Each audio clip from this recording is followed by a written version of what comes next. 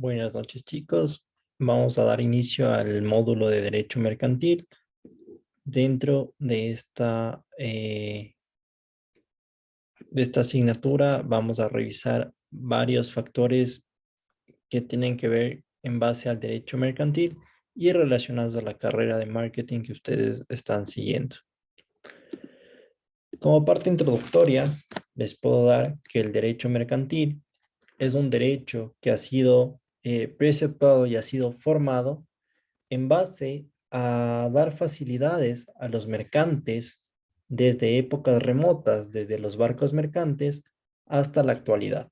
El derecho mercantil, como tal, goza y disfruta de facilidades jurídicas que a ninguna otra rama del derecho se le otorgan. Es decir, busca las facilidades hacia el mercante, en este caso, frente a las formalidades que se le puede dar a los contribuyentes en otro tipo de derechos. Lo que busca el derecho mercantil es otorgar facilidades a las personas que ejercen actividad comercial y busca reducir cualquier traba y cualquier tramitología que pretenda este derecho o derechos conexos otorgar a esta clase de trabajadores, que son trabajadores que netamente se regulan y se apegan al derecho y a las normas mercantiles del Estado jurídico, en este caso, al Estado ecuatoriano. El derecho mercantil se regula principalmente por el Código de Comercio, en el cual se preceptúan fundamentos y principios, los cuales tienen que cumplir las distintas personas que se apegan al derecho mercantil ecuatoriano. Dentro del derecho mercantil tenemos derechos de libertad, que en este caso, para gozar de un derecho mercantil eficiente, tenemos que tener un derecho mercantil de libertad. El derecho de libertad está preceptuado en la Constitución ecuatoriana del Ecuador y básicamente se constituye en el poder desarrollar actividades económicas, tanto en forma individual como en forma colectiva, conforme a los principios de solidaridad, responsabilidad social y ambiental. Siempre que cumplamos con estos requisitos, podremos desarrollar una actividad mercantil o una actividad de comercio, como también se lo llama. Podemos, en base a esta actividad mercantil, acceder a bienes y servicios, tanto públicos como privados, de calidad, con eficiencia, eficacia y con un buen trato, así como recibir información adecuada y veraz sobre su contenido y características. Estas son las ventajas que nos otorga el derecho mercantil como comerciante. ¿Qué pasa en el caso de los usuarios y consumidores? El artículo 52 del Código de Comercio preceptúa que las personas que tienen derecho a disponer de bienes y servicios de óptima calidad y a elegirlos con libertad, así como una información precisa y no engañosa sobre su contenido y características, tienen derecho a tener mecanismos de control de calidad, un derecho que les asista en su defensa como consumidores y sanciones en el caso de que se vulneren sus derechos, tanto como consumidores como comerciantes. ¿Cuál es la responsabilidad que acarrea el ser comerciante? Las personas que por mala práctica en el ejercicio de su profesión, arte u oficio, esto es, en ser comerciante y los productos que nosotros como comerciantes expendemos, es aquella que disponga y ponga en riesgo la integridad o la vida de otras personas. ¿Qué quiere decir esto? La principal responsabilidad que acarrean los comerciantes es la responsabilidad sobre todo que atente contra la vida, la salud y la integridad humana. Enmarcado en un ejemplo concreto, las personas que están solidaria y particularmente responsables en base a los servicios, a los productos y a todo lo que ofertan en general, son quienes están regulados al tema de la salud y medicina en el ámbito público, toda vez que un profesional de la salud siempre tendrá que estar atento y responsable respecto al desarrollo de su paciente y lo que él haya recetado e indicado y contraindicado de lo que puede hacer y no hacer su paciente para un completo desarrollo y una mejoría notable en su estado de salud.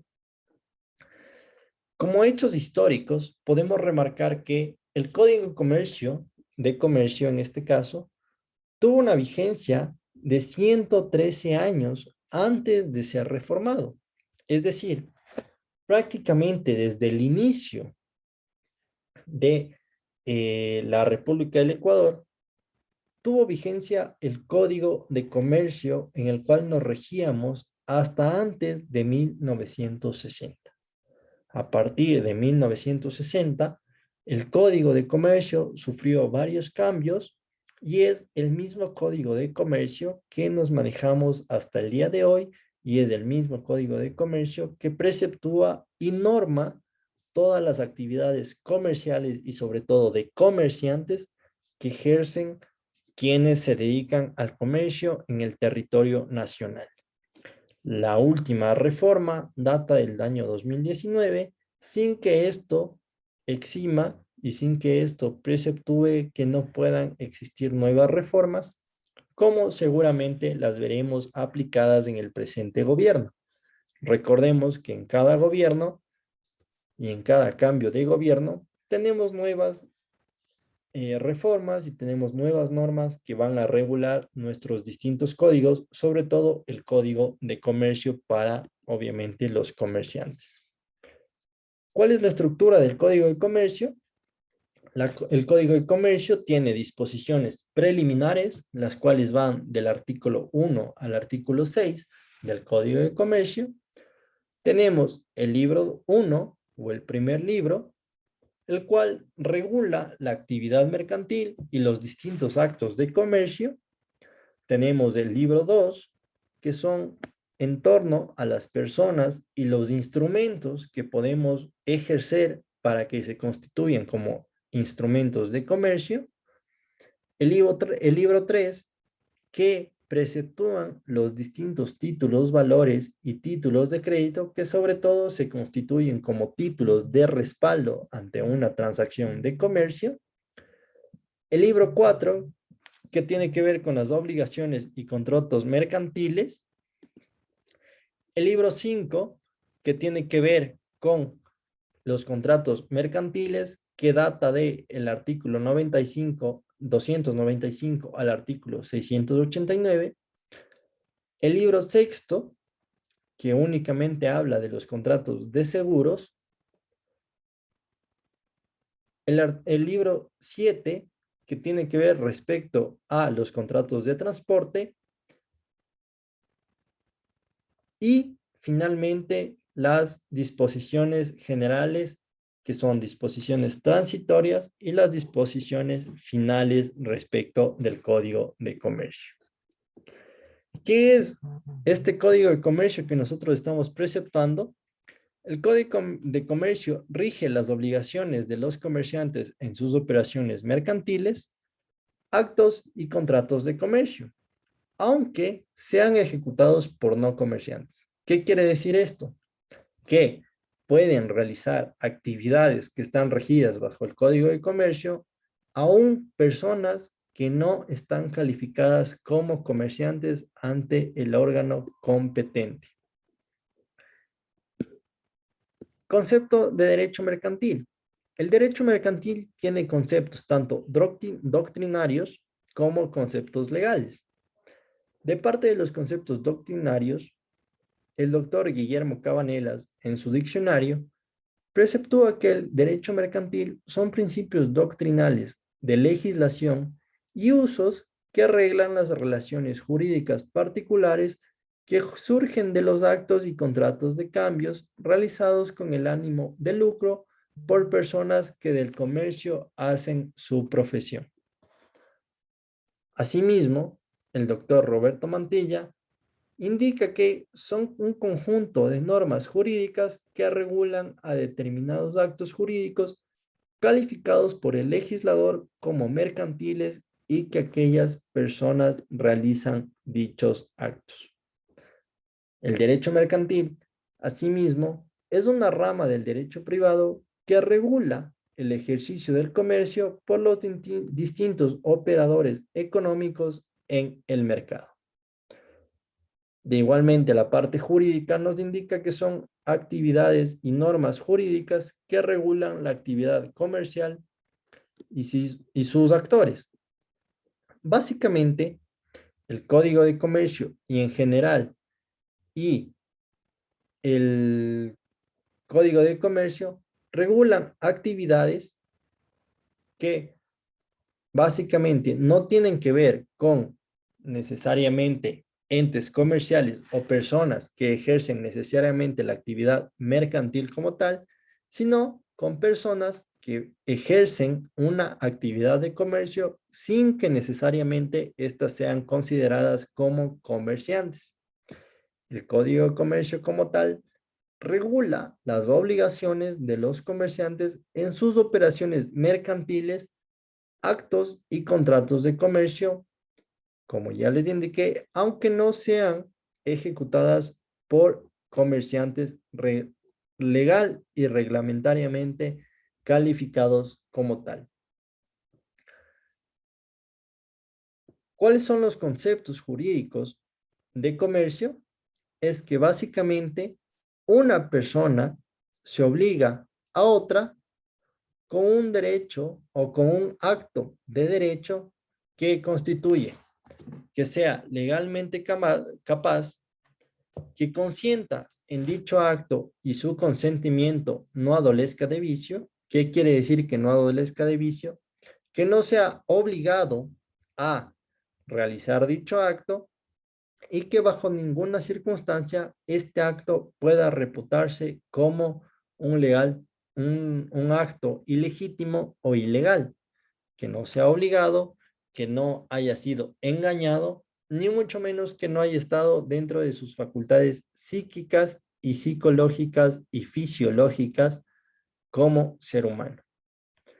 Que el acto que se está practicando no recaiga sobre un objeto ilícito y que por tanto sea un objeto lícito, que tenga una causa lícita y que la negociación o actividad que busca la obtención de una ganancia o lucro sea realmente la que va a beneficiar al signante del acto jurídico en cuestión. El acto de comercio es una actividad también socioeconómica que consiste en la compra y venta de bienes y prestación de servicios, ya sea para su uso, para su venta o para su transformación. Dentro de los conceptos jurídicos de comercio, la actividad mercantil, en resumen, son todos los actos u operaciones que implican el desarrollo continuado o habitual de una actividad de producción, intercambio de bienes o prestación de servicios en un determinado mercado, ejecutados con sentido económico, aludidos al Código de Comercio, así como los actos en los que intervienen empresarios o comerciantes sin que tenga primacía el acto de ser comerciante versus el de no ser comerciante, cuando el propósito por lo menos de uno es generar un beneficio económico. En resumen, ¿qué es el Código de Comercio? ¿Qué es la actividad mercantil? ¿Y qué es un comerciante? El Código de Comercio en general regula todas las actividades mercantiles que tengamos, comerciantes como no comerciantes. ¿Por qué? Porque los comerciantes, si bien hacen una actividad regular para buscar un lucro, los no comerciantes también buscan un lucro. Por ejemplo, cuando nosotros vendemos nuestro teléfono usado para cambiar de teléfono y para obtener uno nuevo, cogemos y vendemos nuestro teléfono celular por un precio. Este precio cubrirá el uso, el desgaste, la depreciación de nuestro objeto mercante, de nuestra mercancía.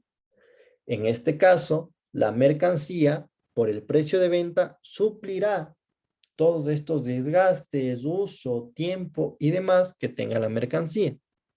Por el contrario, el comprador obtendrá un beneficio toda vez que no tuvo que pagar el exorbitante precio en nuestro teléfono celular y tuvo que pagar un precio más razonable toda vez que la mercancía ya tiene un tiempo de uso.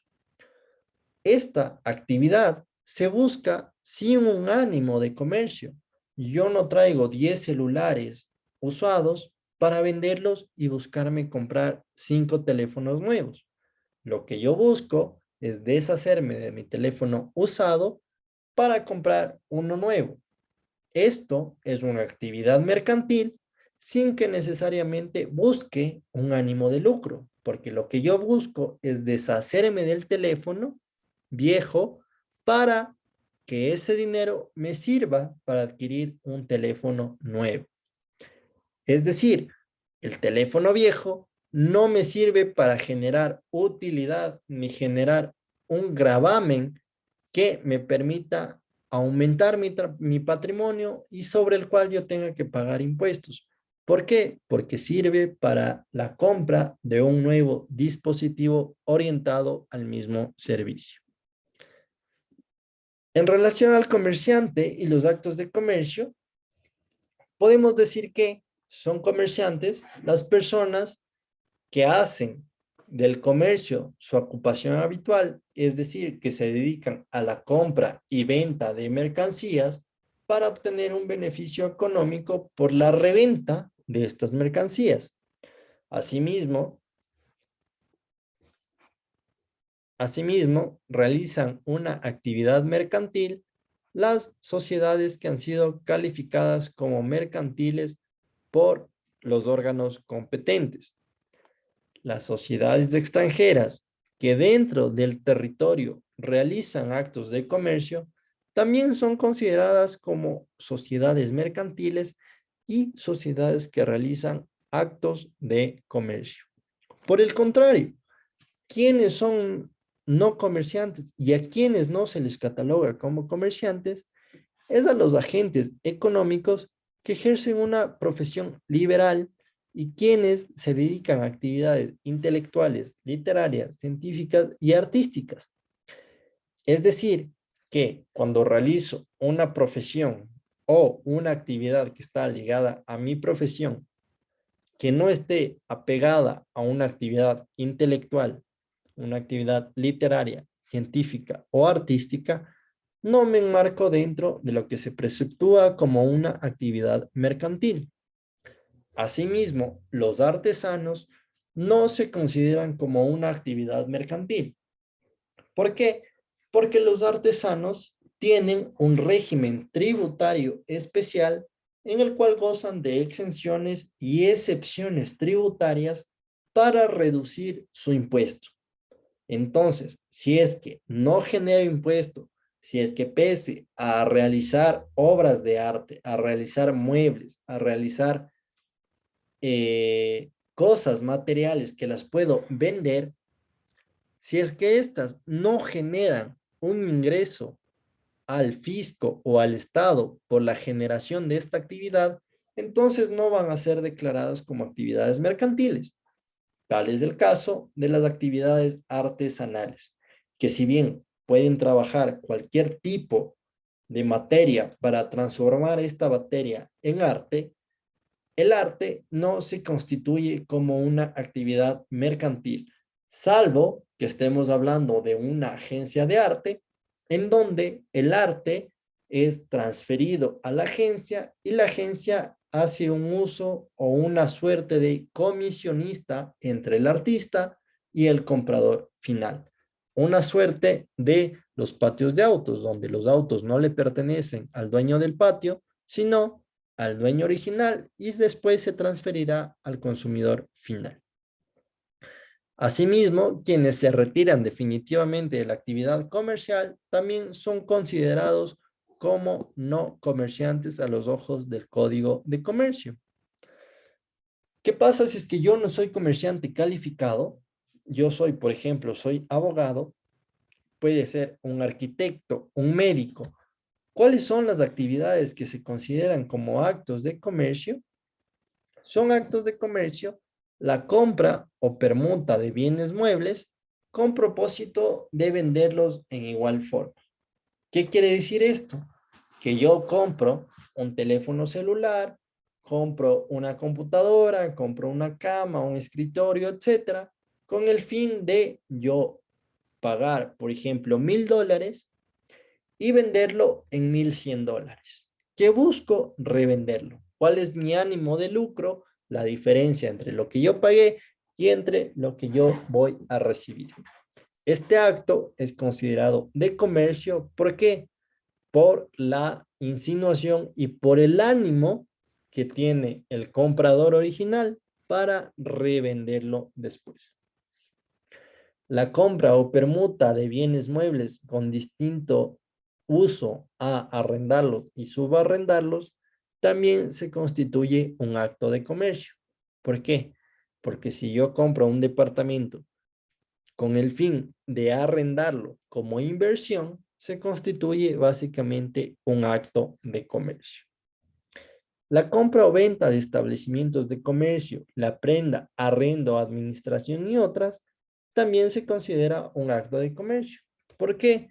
Porque estamos frente a un patrimonio original que es prestado, entre comillas, prestado, es puesto a disposición del arrendatario para que éste pueda subarrendar, sacar un interés, para que pueda obtener y generar ganancias en base a este arriendo primario, pueda cubrir este arriendo y encima generar utilidades para su negocio. El intervenir como asociado en la constitución de sociedades comerciales también es un acto de comercio. Por ejemplo, si ustedes no tienen una compañía y el día de mañana quieren generar una compañía, constituir una compañía, sea anónima, sea una sociedad por acciones simplificadas, sea una corporación, una fundación o cualquier otro tipo de sociedad, esta sociedad tendrá que tener sus libros sociales en los cuales preceptúe quién interviene y quién no como socio o accionista según corresponda. En el caso de que se detecte que alguien entra como socio o accionista de una sociedad, de una persona jurídica, esto per se ya constituye un acto de comercio. Asimismo, la producción, transformación, manufactura y circulación de bienes en el mercado interno constituye ya un acto de comercio frente a los otros actores comerciales que tiene el país. El transporte de bienes y personas lógicamente constituye un acto de comercio. Llega usted al terminal de Quitumbe o al terminal de Carcelén y quiere llegar al Guayas. Tendrá que ir al terminal de Guayaquil. Esta transacción genera impuestos, genera gravámenes y sobre todo genera impuestos internos por la manufactura o por la circulación de bienes. Sobre todo porque son bienes que si bien en cuanto al IVA tienen un 0% de tarifa imponible, versus el impuesto a la renta tengan que cancelar los valores correspondientes. En base a esto se regula el transporte de bienes y de personas. De igual manera, son actos de comercio las operaciones constantes en el Código Orgánico Monetario de Comercio y Financiero, que básicamente preceptúa que las actividades de inversión, de recuperación de capitales, de ganancia de intereses y demás relacionadas con el ámbito monetario y financiero son actos de comercio, toda vez que se está invirtiendo para obtener un rédito económico. Asimismo, quienes ejerzan actividades por representación de terceros, sobre todo quienes se preceptúen en la tercera edad, son quienes pueden colocar y prestar servicios con reputación a las personas que están bajo el régimen del Código Orgánico y Monetario en base a una edad avanzada, lo cual permitirá que se realicen observaciones a las declaraciones del sujeto en representación. Las empresas de almacenes, tiendas, bazares, fondas, cafés y otros semejantes también actúan como sujetos a actos de comercio, toda vez que están otorgando un producto a cambio de un precio. Las actividades mercantiles realizadas por establecimientos físicos o virtuales también se consideran actos de comercio. Como tal, también son los contratos de seguro, sean seguros mercantiles, seguros de salud, seguros de bienes, muebles e inmuebles, etc. La concerniente a letras de cambios, pagarés, aunque sean por parte de no comerciantes, también se constituyen como actos de comercio. Es decir, a ustedes les deben $100 y para precautelar que les paguen esos $100, ustedes hacen que el deudor firme una letra de cambio o un pagaré por los $10,000 que le están prestando. Esto se constituye como un acto de comercio porque genera una obligación frente a una contraprestación.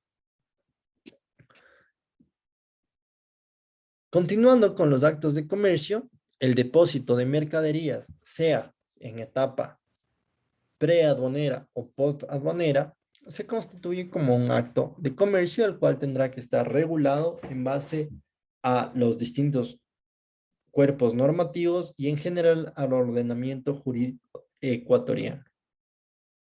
El depósito de mercancías en esta situación será considerado como un acto de comercio. Las actividades de interrelación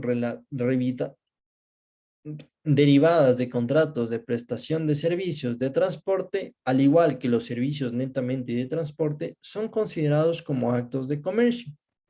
Asimismo, en relación a esto, el contrato de logística y sobre todo el contrato de prenda y otras garantías.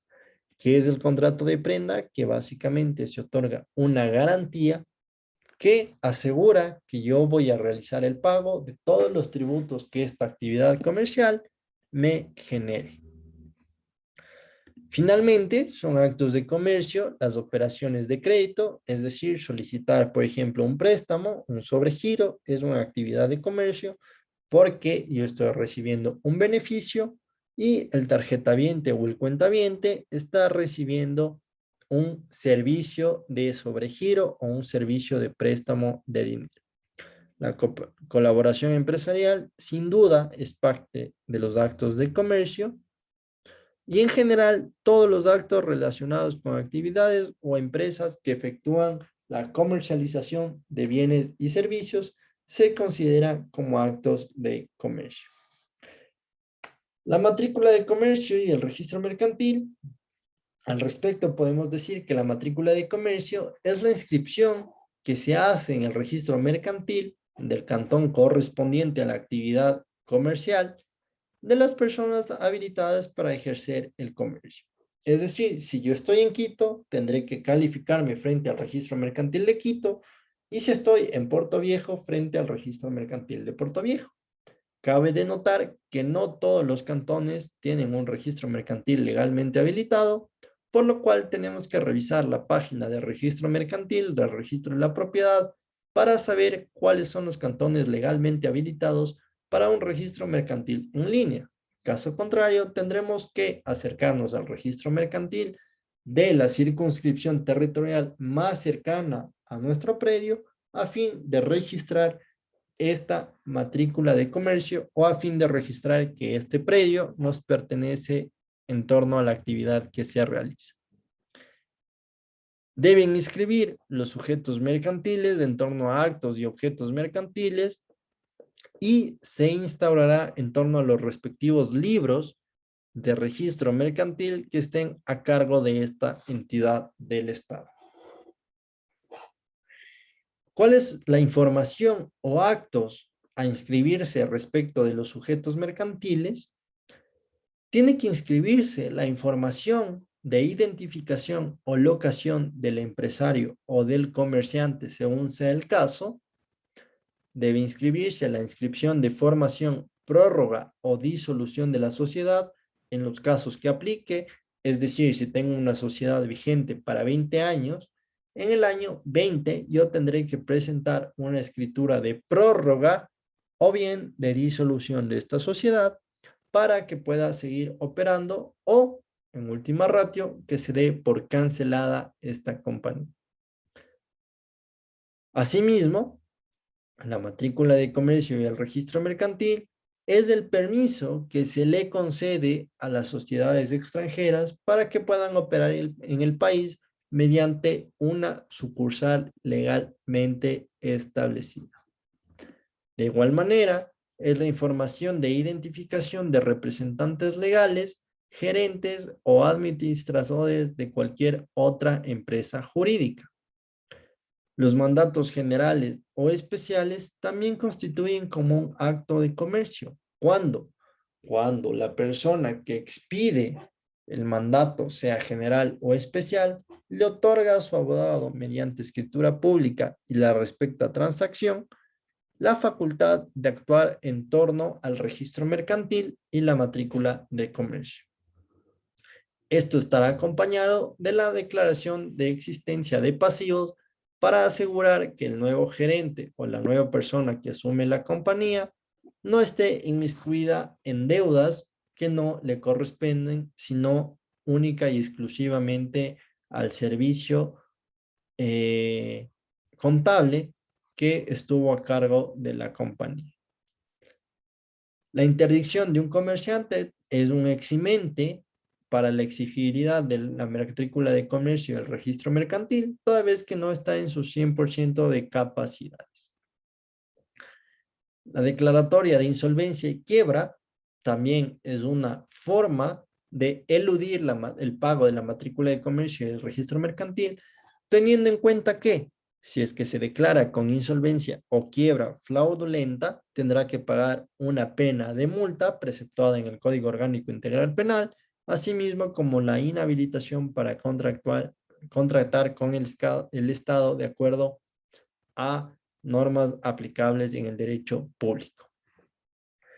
Las providencias de quiebra y rehabilitación también constituyen un acto de comercio y la autorización de permiso o que se rehabilite a adolescentes emancipados por comerciar y para comerciar y su revocatoria también constituyen un ente fundamental para el registro mercantil y la posterior aprobación de la matrícula de comercio. Esto es que, por ejemplo, si ustedes tienen un hijo después de unos años, su hijo a los 18 años quiera emanciparse, en vista de esta emancipación, pueda obtener un RUG, una compañía, pueda asignar como responsable sin que ustedes como padres tengan absolutamente nada que ver, toda vez que ha firmado y ustedes han aceptado su emancipación ante una notaría. ¿Cuáles son los actos e información que deben inscribirse necesariamente en el registro mercantil? Es la apertura y cierre de establecimientos de comercio, es decir, si yo ahorita tengo un local de hamburguesas y el día de mañana en el norte y el día de mañana por la gran acogida que tengo ahora en el sur, tengo que obligatoriamente ante el registro mercantil regularizar e informar este nuevo local que estoy teniendo en virtud de mi actividad comercial. Cuando transfiero activos, créditos y asunción de pasivos, es decir, cuando transfiero una casa perteneciente a la sociedad mercantil, cuando cancelo un crédito o en lugar de pagar yo como Facebook.com, no pago yo el tema de la publicidad, sino paga mi compañía patitos.com, esa transferencia de obligaciones también se constituye como un acto de comercio.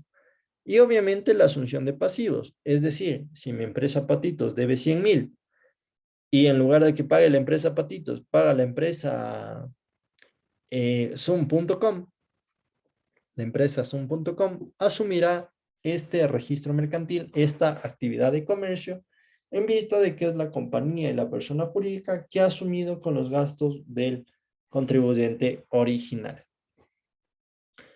¿Cuál es otra eh, entidad que se rige bajo el registro mercantil? Son las capitulaciones matrimoniales, consistentes en disoluciones y liquidaciones de la sociedad conyugal que involucren a la empresa. Es decir, si ustedes se casan con una persona y ninguno de los dos tiene ninguna empresa, ninguno de los dos realiza capitulaciones matrimoniales, no estarán sujetos al Código de Comercio. Por el contrario, si los dos tienen empresas o alguno de los dos tiene una empresa, se regulan en torno al Código de Comercio con el fin de establecer las leyes y normas aplicables para que no se vea vulnerado el derecho de quien no es el propietario de la empresa o quien está conformando la sociedad conyugal. Asimismo, los inventarios solemnes, los testamentos, las particiones, las sentencias ejecutoriadas, cuando involucren a una empresa, es decir, cuando no sean de persona natural, también están consideradas como actos de comercio o mercantiles.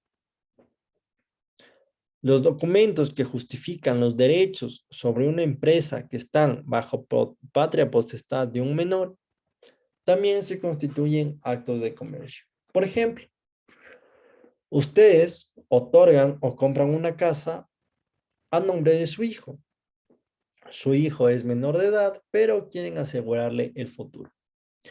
Por asegurarle el futuro, ponen a nombre de él, de su hijo, una casa, una hacienda, etcétera, y se reservan el derecho de usufructo para que ustedes lo puedan hacer hasta el último día que estén en la faz de la tierra. Esta actividad se constituye como actividad mercantil. ¿Por qué? Porque se está transfiriendo el bien a alguien que no hizo absolutamente nada por obtener ese bien, como es el nieto, el sobrino, etcétera, de el causante o de quien quiere transferir el bien en este caso. Respecto de la compra mercantil, podemos decir que es un contrato con una finalidad neta y exclusivamente económica. Esta se da de manera habitual, organizada y dirigida a un mercado en que una de las dos partes se obliga a transferir la propiedad de una cosa y la otra pagarla en dinero. ¿Cuál es la diferencia entre la compra mercantil y la compra civil? Cuando nosotros compramos un auto usado o un auto nuevo o un departamento nuevo, estamos realizando una compra mercantil. ¿Por qué? Porque nosotros no estamos realizando esta actividad de manera habitual. Distinto fuese si yo tengo un local de rosas o de venta de autos en donde compro vehículos de manera habitual para después venderlos. Compro rosas de manera habitual para construir arreglos y después venderlos. Toda esta actividad se constituye como una actividad habitual y por ende, por más de que tenga la singularidad de una compraventa civil, la habitualidad le convierte en una compraventa mercantil. Distinto es si nosotros compramos un vehículo, salvo que nosotros compremos un vehículo nuevo o usado cada semana, lo cual únicamente los comerciantes lo realizan, no tiene sentido que nuestra compraventa sea calificada como mercantil, toda vez que compramos un vehículo nuevo o usado cada cierto tiempo. La compraventa mercantil se caracteriza ¿por qué? Por tener un contrato, por tener una finalidad económica, por ser de manera habitual, como se mencionó, organizada y dirigida a un mercado específico, en donde una de las partes se obliga necesariamente a transferir la propiedad de la cosa, es decir, si le compro el auto, me transfiere el auto, y donde la otra parte se obliga a pagar el dinero. Yo vendo el auto en 10,000, me pagan mis 10,000 y yo transfiero la titularidad del auto, y donde siempre hay un precio. Siempre. En una compraventa mercantil siempre existe la particularidad de que está un precio fijado. Por más de que no se haya fijado el precio explícitamente, por ejemplo, si yo voy a una plaza y en la plaza de mercado compro 1 kilo de azúcar y me olvidé de preguntarle al vendedor cuál es el precio, a la siguiente semana yo iré y le diré cuál era el precio del quintal de azúcar que me llevé la semana anterior. Y me dirá, la semana anterior el quintal de azúcar se estaba vendiendo en $20, yo le cobro 19. Ok, tenga sus $19, ese es el precio pactado.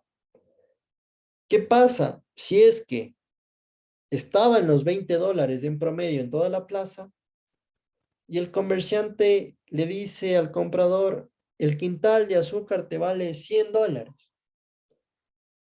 El comprador hará una encuesta, hará un sondeo o acudirá a un juez o a un mediador y dirá cuál era el precio del quintal de azúcar el fin de semana del 10-11 de septiembre en esta plaza. Los vendedores de azúcar dirán, la semana anterior vendimos entre 8 y $10, por lo que el precio promedio es de $9. Entonces, la compraventa mercantil surgirá efecto sobre los $9 en promedio. ¿Por qué? Porque es la diferencia y la gran particularidad de la compraventa mercantil frente a la compraventa civil. La compraventa mercantil siempre tendrá un precio, por más de que este precio después sea subsanado por algún tipo de bien o servicio en cualquier figura jurídica que se enmarque la cancelación o el cumplimiento de la obligación. Ahora bien, veremos los contratos mercantiles. ¿Cuáles son los principales contratos mercantiles? Tenemos contratos nominados y contratos innominados. Los contratos nominados son aquellos que se encuentran regulados por el Código de Comercio, es decir, que están taxativa o legalmente, o en otras palabras, están expresamente determinados por la ley, y los contratos innominados o atípicos, que son los contratos que tienen una figura jurídica suficiente y semejante a uno de los contratos que ya el código recoge, pero que no tienen la particularidad de tener un nombre, pero por su similitud a otro tipo de contratos, se los asemeja y se rigen por generalmente las mismas normas. Entre los contratos de comercio tenemos la compra-venta,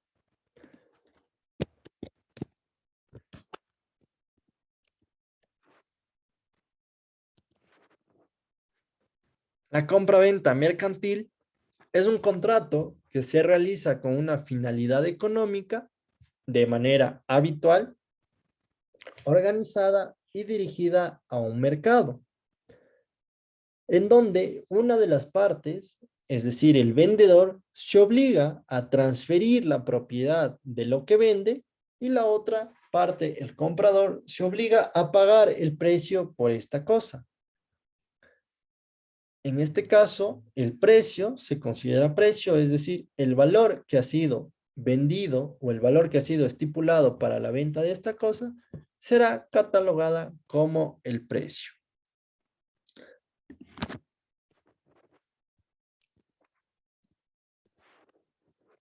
Permuta, por su parte, se inclina a los mismos términos que la permuta civil. La permuta y la mayoría de contratos mercantiles son relativos a los mismos contratos civiles. En el derecho civil, lo que diferencia del derecho mercantil es que no siempre estamos anclados a actividades mercantiles. Ejemplo, si es que yo compro un vehículo usado, es porque yo lo quiero para mi uso. No busco revender. Por ende, estoy en una compraventa civil. Pero si yo lo compro con el objeto de revenderlo y tener una utilidad, entonces estoy dentro de una compraventa mercantil. En este caso, la permuta es cuando yo doy o cambio una cosa por otra. Permuto un vehículo 4x4 por una moto de alto cilindraje en pista que tienen el mismo precio y la cambio. La compraventa o la permuta mercantil busca que este cambio sea como objetivo de ganar o de revender este bien para ganar un saldo económico en mi favor. El contrato de suministro, por su parte, es un contrato en el cual se obliga a una parte a cambio de una prestación a cumplir algo en favor de otra.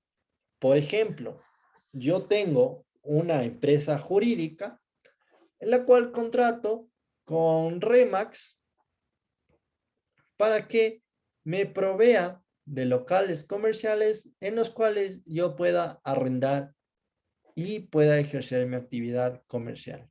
O cuando yo firmo un contrato con Xerox para que ellos sean mis proveedores de suministros de papel, de carpetas, de cajas, de cartones, etcétera. Ellos me suministran a mí su actividad comercial. Este es un contrato de suministro, que básicamente el que se obliga me suministre cosas y me provea de cosas a mí como comprador. Esta es una actividad mercantil a los ojos del Código de Comercio. El arriendo mercantil es una relación comercial en donde se busca que el arrendador realice una actividad de comercio en el bien arrendado o que por su parte realice una gestión de gestor. Es decir, que busque que se arriende ese bien no para su uso, sino para el uso de un tercero. Básicamente, el arriendo mercantil es arrendar un bien para una actividad comercial. Ejemplo, arriendo una casa para poner un local de Fideca versus el arrendamiento civil que arriendo una casa para yo vivir en esa casa. La una es una actividad mercantil que busca generar ingresos versus la otra que es una actividad civil que busca la comodidad y el arrendamiento civil de sus ocupantes, en este caso la vivienda. No busca generar una utilidad, sino un servicio y una tranquilidad. El parte es una actividad que es un arrendamiento mercantil en donde se preceptúa que yo puedo arrendar un bien cancelando un arriendo mensual por un lapso de tiempo y cuando se termine el arrendamiento mercantil, yo pago la diferencia. No sé si ustedes habrán escuchado hace algunos meses la opción que daba Toyota del Ecuador de arrendar los vehículos y que actualmente da la opción Rosati Motors de Maserati. Ustedes, en lugar de pagar $160,000 por un Maserati, pagan $5,000 mensuales en calidad de arrendamiento, con un contrato. Después de terminados los 2 años de contrato, en donde aproximadamente pagarán $120,000, ustedes deciden si se quedan con el vehículo o cambian de modelo. ¿Qué es esto? Que ustedes pagan un abono inicial, pongámosle de $50,000, pagan un arrendamiento mensual por el uso del vehículo. Esto incluye mantenimiento, seguros, matrículas, permisos de circulación y demás. Y durante este tiempo ustedes simplemente usan el vehículo. Una vez terminado el tiempo del contrato, ustedes deciden si compran el vehículo porque lo han usado ustedes o cambian por otro modelo y siguen abondando la misma cuota mensual. Ese es el leasing que está preceptado en el artículo 427 del Código de Comercio.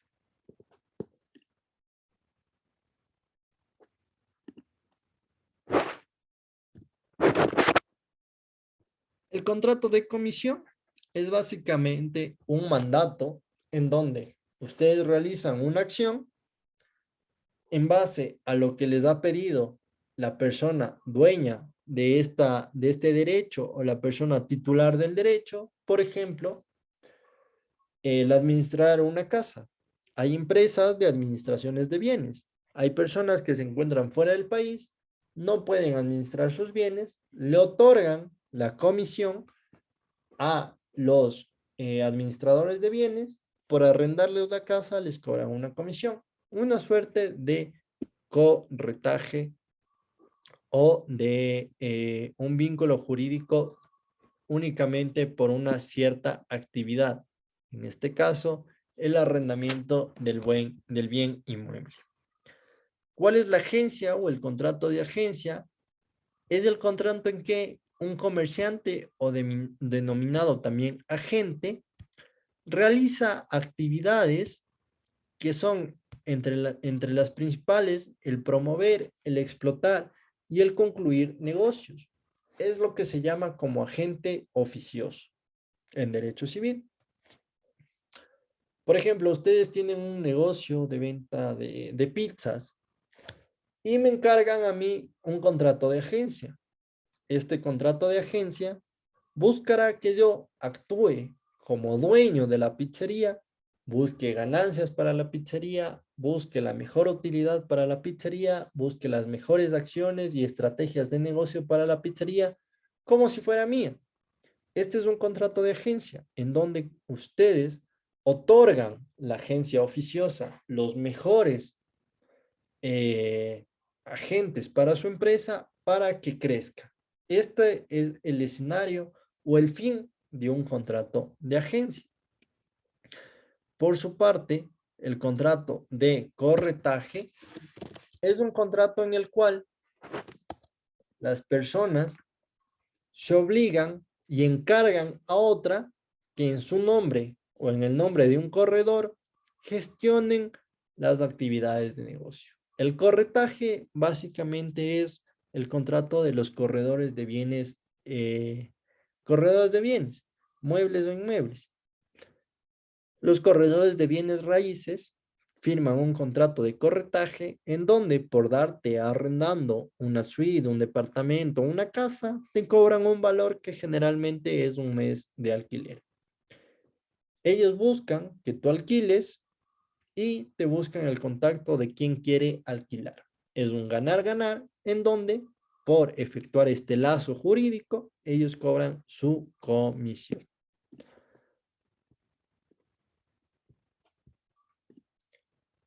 Entre otros contratos de comercio están la distribución, en donde el contrato de distribución busca netamente el otorgar a un concesionario o distribuidor la facultad de distribuir mis productos. Es el caso y el ejemplo de Pilsener. Pilsener genera sus jabas de cerveza, sus botellas de cerveza y contrata la distribución a otras empresas de transporte para que lleven las cervezas a cada una de las tiendas que expende las cervezas de la fábrica de Pilsen. El franchising o la franquicia es el contrato en virtud de que la compañía genera un estilo de negocio en el cual la empresa otorga una determinada capacitación y un determinado tipo de servicios para que el contratante o el franquiciante acceda a los mismos y tenga bajo los mismos parámetros y bajo las mismas regulaciones un local idéntico a la matriz. Por ejemplo, en el caso de McDonald's. McDonald's tiene la matriz en Estados Unidos y esta matriz vende y expende franquicias. Y todas y cada una de las franquicias se parecen al local original, tanto en diseño, en preparación de comida, como en el resto de imagen corporativa. El contrato de usar el know-how o el uso de conocimiento se preceptúa en cuando es un acuerdo mercantil en el cual ustedes como contratantes pagan para que el contratista o el dueño del know-how, el dueño de cómo hacer las cosas, les otorgue el permiso de poder usar ese know-how. Este know-how por lo general lo venden grandes franquicias de comida, por ejemplo, KFC. La receta de cómo hacer el pollo crispy o el original es patentada por KFC Estados Unidos y patentada en KFC en todos los países del mundo en los que tiene presencia KFC. Y esta presencia de marca y este conocimiento de cómo hacer el pollo de esta forma es lo que venden a cada una de sus franquicias. Por ende, esto se constituye también como registro de procedimiento o registro de marca según sea aplicable y es de uso exclusivo del dueño del know-how, quien ha registrado el procedimiento y la marca de lo que se debe y cómo se debe hacer el pollo crispy de KFC. El joint venture es una empresa conjunta que busca un carácter asociativo. Busca que dos empresas se unan por un fin específico y una vez que reúnen y logran el fin específico, o bien pueden disolverse o bien continuar como el joint venture que han formado. Por ejemplo, pongamos que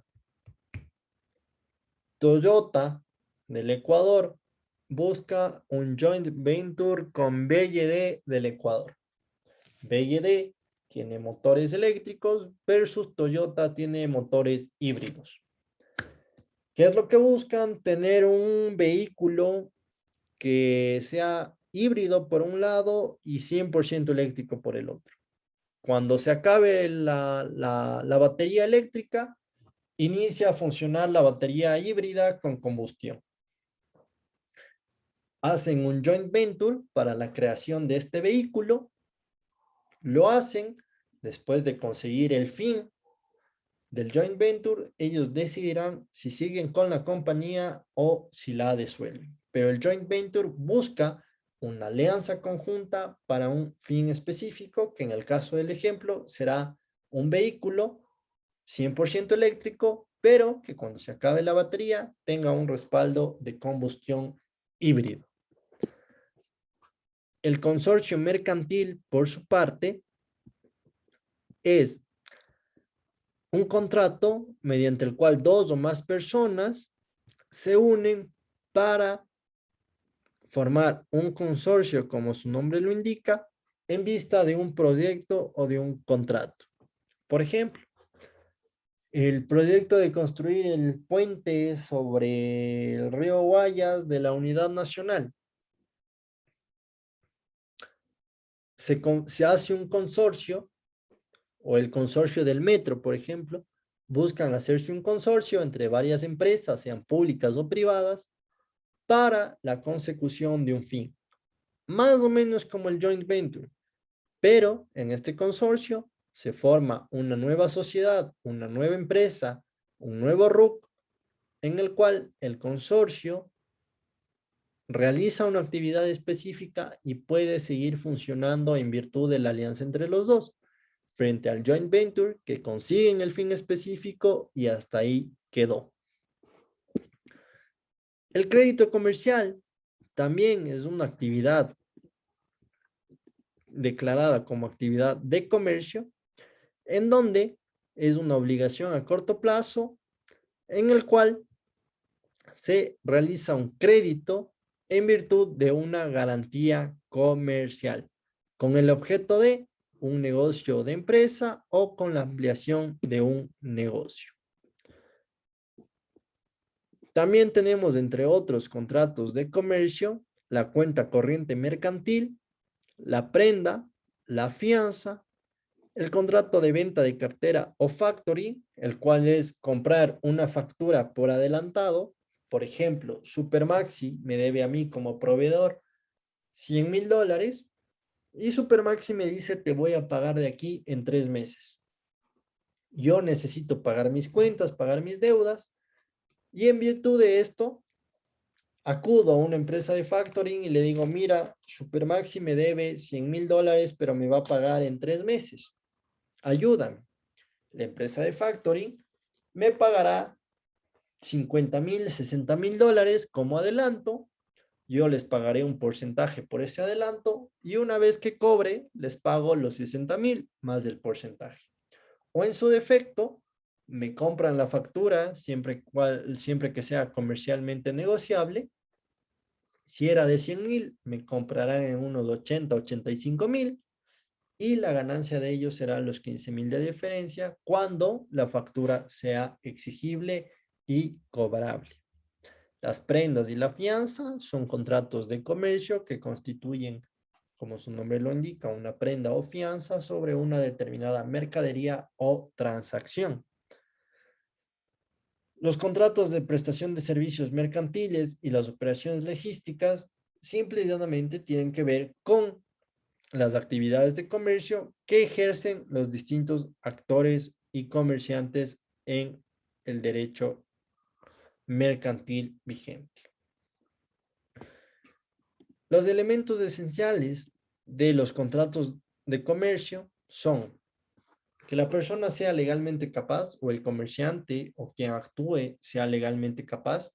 Esto es que entre varias cosas sea mayor de edad, que no tenga impedimento legal, es decir, que no esté con sentencia de incapaz, que no sea, que no tenga problemas mentales, psíquicos y demás, en los cuales no pueda actuar por sí mismo, entre otras cosas, que consienta en el acto y el consentimiento no adolezca de vicio, es decir, no se vea obligado y no esté obligado a firmar el contrato mercantil, que el objeto sea lícito, por ejemplo, no puede ser algo que no esté dentro del comercio legal del ordenamiento jurídico ecuatoriano, y que la causa sea lícita. El fin de la utilización del comercio y de la actividad comercial sea un fin lícito, no sea, por ejemplo, el lavar activos y demás, ¿cuál es un fin ilícito?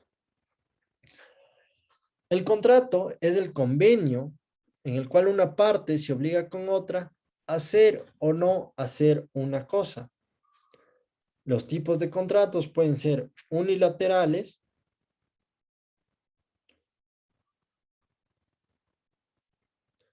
bilaterales, gratuitos, onerosos, conmutativos, aleatorios, principales, accesorios, reales y consensuales.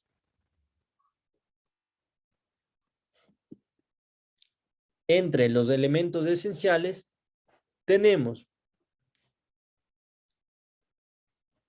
los contratos, el contrato de derecho mercantil sea con una finalidad económica, el que sea de manera habitual, organizada y dirigida a un mercado, en donde una de las partes se obliga a transferir la propiedad de una cosa a otra, en donde el comprador se obliga a transferir la propiedad el vendedor al comprador, en donde el comprador se obligue a pagar el precio y obviamente donde se pacte el precio. El precio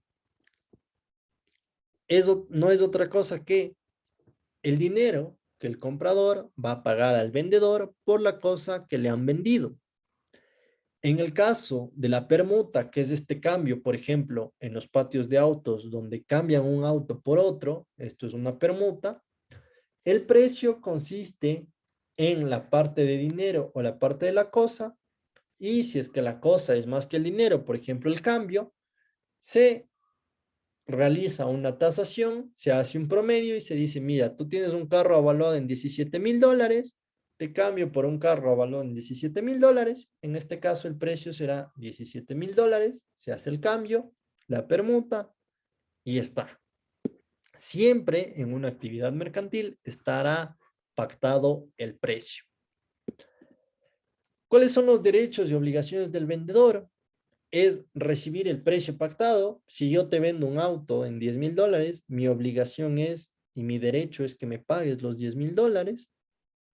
Puede fijar un plazo razonable para que me pagues mis $10,000. En caso de que no me pagues, puedo exigir una indemnización por daños y perjuicios.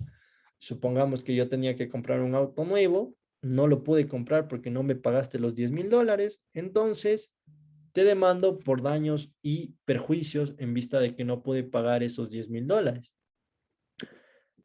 Tiene la facultad de dar por terminado el contrato ante el incumplimiento del comprador.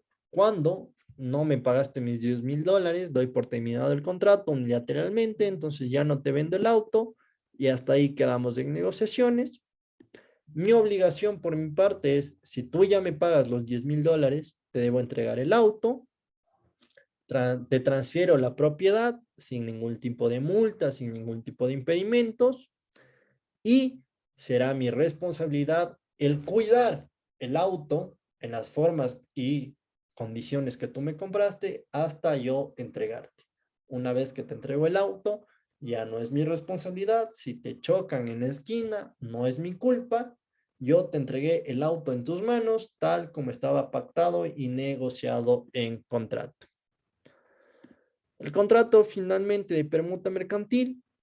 El de permuta civil es cuando cambiamos un bien por otro, puede ser en especie o en dinerario, y en el contrato mercantil necesariamente tiene que haber un pacto en dinerario en donde se preceptúe un precio, como el pacto de los autos. Te vendo un auto 2010, un Gran Cherokee, en 17,000, frente a un vehículo que no es un Gran Cherokee, pero es año 2019 o 2020 en 17,000.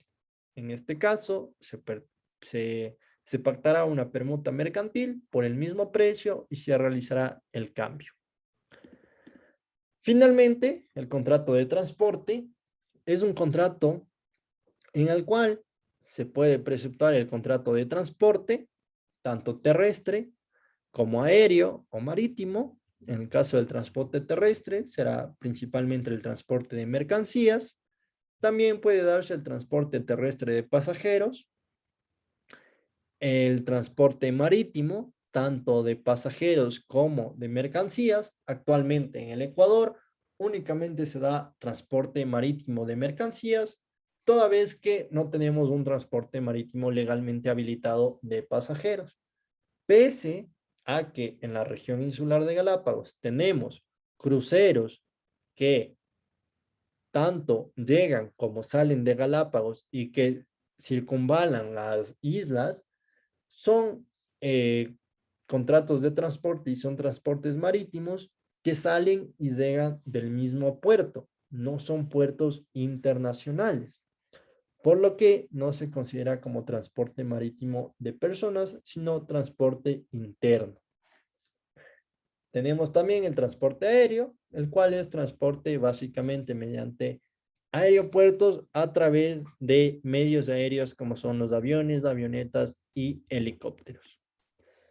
Esta ha sido la primera clase de introducción referente a la unidad 1, que tiene que ver con el Código de Comercio, su funcionamiento, su conceptualización, su introducción, los fundamentos y principios del derecho mercantil, la estructura del Código de Comercio, el concepto del Código de Comercio, el concepto del derecho mercantil y los distintos conceptos jurídicos de comercio nacional y comercio interno sobre todo.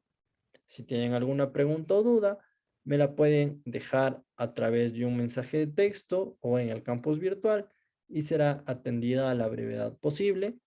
Están ya habilitadas las tareas para que puedan realizar cualquiera de las tareas que ya están habilitadas en el campo virtual. Si tienen... Maestro, buenas noches. Perdón, no sé si me escucha. Sí, claro. Dime. Maestro, un favor. Buenas noches. Mentor Córdoba me llamo. Por favor, lo que quería pedirles de parte de todos los compañeros también es por eso que solo soy el único, de que no se cambien los horarios de clases.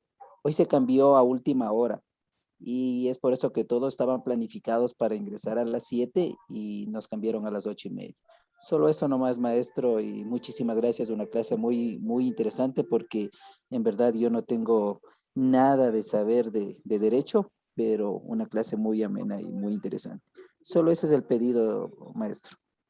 Sí, mentor, y mil disculpas, tuvimos un problema tanto en la plataforma como de obligaciones personales.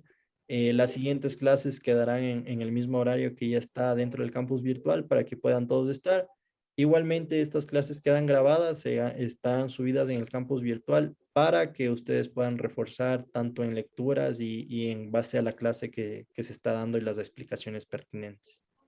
Sí, sí, correcto. Solo eso nomás era el pedido porque justo nos cambiaron en estos 2 días. Me parece que nos cambiaron 3 veces los horarios.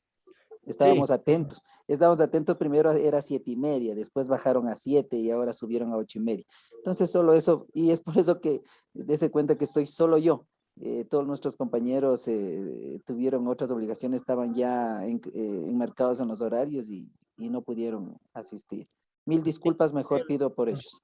No se preocupe, mentor, yo les entiendo y igualmente mil disculpas por los cambios que hubo, pero desde el día lunes los horarios que ya están preestablecidos son los horarios que vamos a tener la clase. Muchas gracias, maestro. Una buena noche. No se preocupe. Buena noche y pueden ver esta clase al momento que ustedes crean pertinente. Sí, sí.